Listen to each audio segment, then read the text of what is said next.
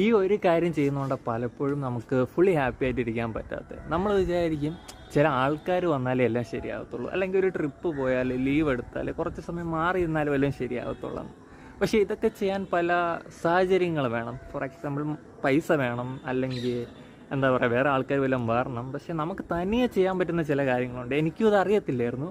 ഞാൻ പണ്ടൊക്കെ മൂഞ്ചിയിരിക്കുന്ന ഒരവസ്ഥയിൽ ലൈക്ക് മുഖം നോക്കി, എന്ന് വെച്ചാൽ കണ്ണാടി മുഖം നോക്കി എനിക്കൊന്നും ചിരിക്കാൻ പോലും പറ്റത്തില്ലായിരുന്നു. മുഖമൊക്കെ ഒരുമാതിരി കണ്ടു കഴിഞ്ഞാൽ എനിക്ക് തന്നെ വിഷമം തോന്നും. അപ്പം ഞാൻ പിന്നെ ചെയ്യുന്നൊരു സംഭവമുണ്ട്. രണ്ട് വിരലിങ്ങനെ എടുക്കും, ഫോഴ്സ് ചെയ്ത് ഇങ്ങനെ ചിരിക്കാൻ നോക്കും. കാരണം ചില ആൾക്കാരൊക്കെ ചിരിക്കുന്ന കാണുമ്പം തന്നെ നമുക്ക് ചിരിക്കാൻ പറ്റിയില്ലെങ്കിലും അത് കാണുമ്പോൾ നല്ലൊരു ഇതാണ്. അതുകൊണ്ട് ഞാനും എന്നെ കൊണ്ട് ചിരിപ്പിക്കാൻ നോക്കും. പക്ഷെ അങ്ങനെ ചെയ്ത് ഫേക്ക് ചെയ്ത് കുറേയൊക്കെ ആദ്യം ഇങ്ങനെ ചിരിക്കാൻ പറ്റുമായിരുന്നു.